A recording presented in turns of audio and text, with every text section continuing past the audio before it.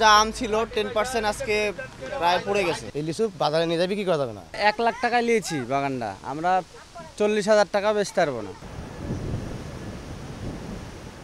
ঘূর্ণিঝড় রেমালের প্রভাবে সোমবার দিনভর রাজশাহীতে 30 কিলোমিটার গতিতে দমকা বাতাস বয়ে যায়। এতে ঝরে পড়ে গাছের পাকা লিচু। বাগান মালিকরা বলছেন, ঝড় ও বৃষ্টিতে ঝরে নষ্ট হওয়ার পাশাপাশি ফেটেছে লিচুর খোসা, ভেতরে হয়েছে পোকা।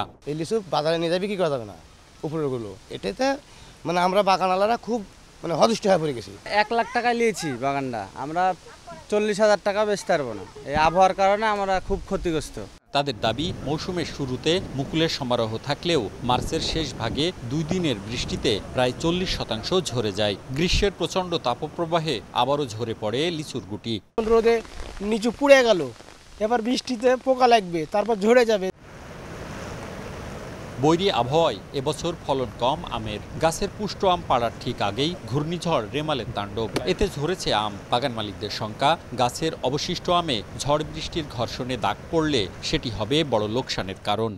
ব্রাইট লক টেকনোলজি সাধারণ পাউডারের তুলনায় দেয় দ্বিগুণ উজ্জ্বলতা। রিন অ্যাডভান্সড দেয় দ্বিগুণ উজ্জ্বলতা। এবছর এমনিতে আম অনেকটাই কম, তারপরও যা আম ছিল 10% আজকে প্রায় পড়ে গেছে। এদিকে সরকারি সূচি অনুযায়ী বাজারে গোপালভোগ আম উঠলেও বাজার জমজমাট হতে আরও সপ্তাহখানেক সময় লাগবে জানিয়েছেন সংশ্লিষ্টরা।